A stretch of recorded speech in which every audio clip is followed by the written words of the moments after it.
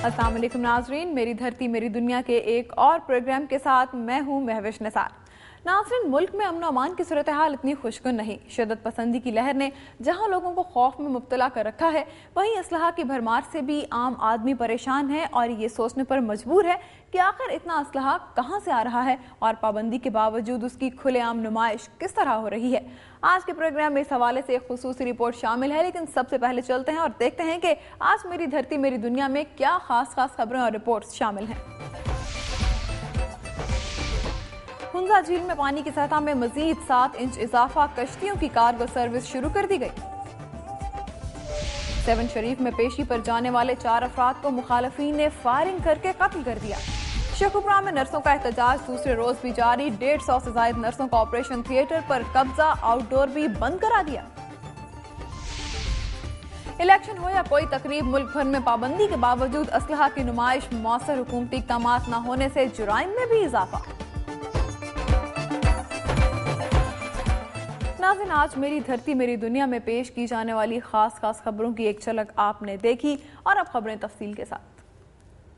ہنزا جھیل میں پانی کی سطح میں مزید 7 انچ اضافہ، کشتیوں کی کارگو سروس شروع کر دی گئی۔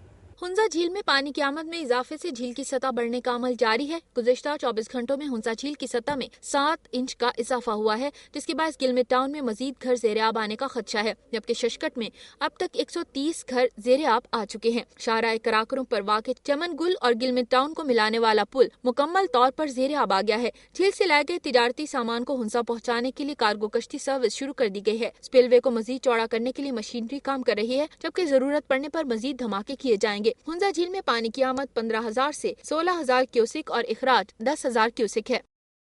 سیون شریف میں پیشی پر جانے والے 4 افراد کو مخالفین نے فائرنگ کر کے قتل کر دیا۔ انڈس ہائی وے پر نئی بستی سٹاپ کے قریب اوٹھا برادری کے شاہ محمد، غلام نبی، غلام رسول اور ایدن اوٹھو حیدرآباد پیشی پر جا رہے تھے کہ رین برادری کے مسلح افراد نے ان پر فائرنگ کر دی، جس سے 4 افراد موقع پر ہی ہلاک ہو گئے۔ پولیس نے جائے پر پہنچ کر لاشوں کو قبضے میں لے لیا اور پوسٹ مارٹم کے لیے تعلقہ ہسپتال سیون شریف میں بھجوا دیا۔ شیخوپورہ میں نرسوں کا احتجاج دوسرے روز بھی جاری ہے، 150 سے زائد نرسوں نے آپریشن تھیٹر پر قبضہ کر کے آؤٹ ڈور بند کرا دیا۔ ڈی ایچ کیو ہسپتال کے CCU وارڈ میں ایک سیاسی جماعت کی کارکن کی نرسنگ سٹاف سے بدتمیزی پر نرسنگ سٹاف نے احتجاجاً ہڑتال کر دی، جس کی وجہ سے شیخوپورہ ہسپتال میں مریض شدید مشکلات کا شکار ہیں۔ خصوصاً چلڈرن وارڈ میں کمسن بچے ادویات نہ ملنے کی وجہ سے بلکتے رہے۔ دوسری جانب 200 کے قریب نرسوں نے رات بھر ہسپتال کے لان میں دھرنا دیا۔ ان کا مطالبہ ہے کہ سیاسی جماعت کے کارکن مظہر کو گرفتار کیا جائے اور MS ڈاکٹر مسعود انور کو بھی تبدیل کیا جائے، بصورت دیگر ان کا احتجاج جاری رہے گا۔ ہڑتال کے بعد CCU وارڈ میں خوشی محمد نامی ایک مریض دم توڑ گیا۔ مشتعل نرسنگ سٹاف نے MS کے دفتر پر حملہ کر کے توڑ پھوڑ بھی کی۔ ناظرین، میری دھرتی میری دنیا کے اس حصے میں اب چلتے ہیں شاہ لطیف کی سرزمین سندھ کی جانب اور نظر ڈالتے ہیں صوبے کی خبروں اور رپورٹس پر۔ سندھ میں پانی کی شدید قلت کے خلاف عوامی تحریک کی طرف سے پاکستان پیپلز پارٹی کے منتخب MPA اور MNA کے گھروں کا گھیراؤ کیا گیا۔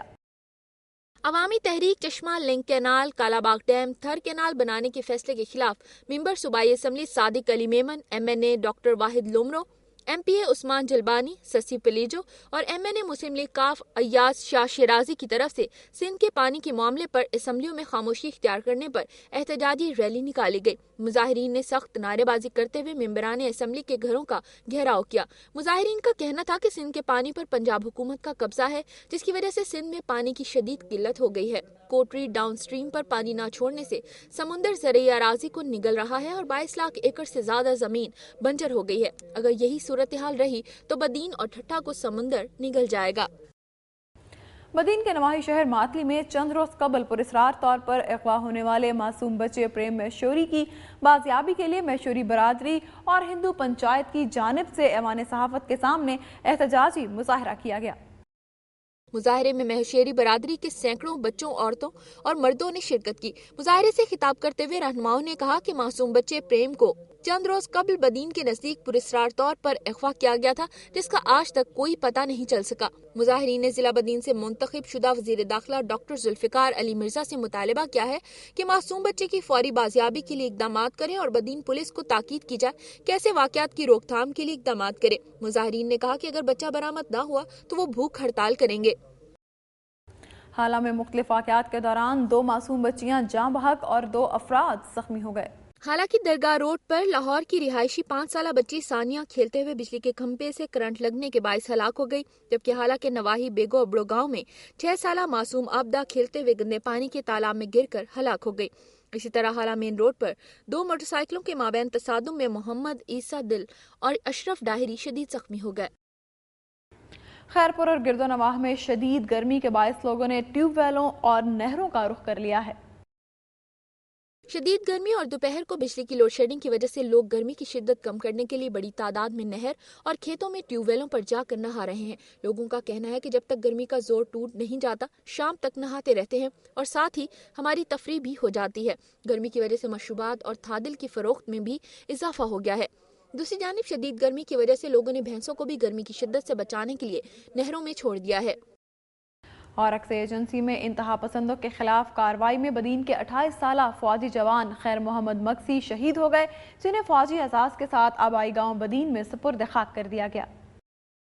شہید جوان کی میت کو آبائی گاؤں سالم مکسی ماتلی بدین میں لایا گیا، جسے مقامی قبرستان میں فوجی اعزازات کے ساتھ سپرد خاک کیا گیا۔ یاد رہے کہ یہ جوان ضلع بدین کا 34واں شہید ہے اور نوجوان خیر محمد مکسی کو 19 فوجی اعزاز بھی حاصل تھے۔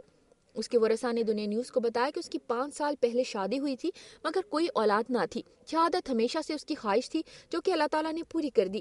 شہید خیر محمد مکسی کی تدفین کے موقع پر کمانڈر محمود صادق، لیفٹیننٹ جنرل شاہد رسول کے علاوہ فوجی جوانوں اور شہریوں کی بڑی تعداد بھی موجود تھی۔ سکھر میں بجلی کی لوڈ شیڈنگ اور بلوں کے اجرا کے خلاف احتجاجی مظاہرہ کیا گیا۔ ٹکر محلہ، غریب آباد، منور مسجد اور دیگر علاقوں کے رہائشیوں نے اسٹیشن روڈ پر سڑک بلاک کر دی اور ٹائروں کو آگ لگا کر وابڈا ہیسکو کے مظالم کے خلاف شدید نعرے بازی کی۔ اس موقع پر مظاہرین کا کہنا تھا کہ گزشتہ ایک ہفتے سے شدید گرمی کے باوجود ہیسکو حکام نے بجلی کی غیر اعلانیہ لوڈ شیڈنگ میں اضافہ کر کے عوام کی زندگی اجیرن بنا دی ہے، جبکہ دوسری جانب اضافی یونٹس کے ڈیڈکشن بلوں کے اجرا سے غریب عوام کے ساتھ مزید ظلم کیا جا رہا ہے، جو کہ سراسر ناانصافی ہے۔ انہوں نے صدر پاکستان، وزیر اعظم اور دیگر اعلی حکام سے فوری نوٹس لینے کی اپیل کی۔ جام چوروں میں سیڈا کی طرف سے پرائمری اسکول ٹیچرز کو جدید طرز پر بچوں کو تعلیم دینے کے لیے ضلع میں 5 سینٹرز قائم کیے گئے ہیں۔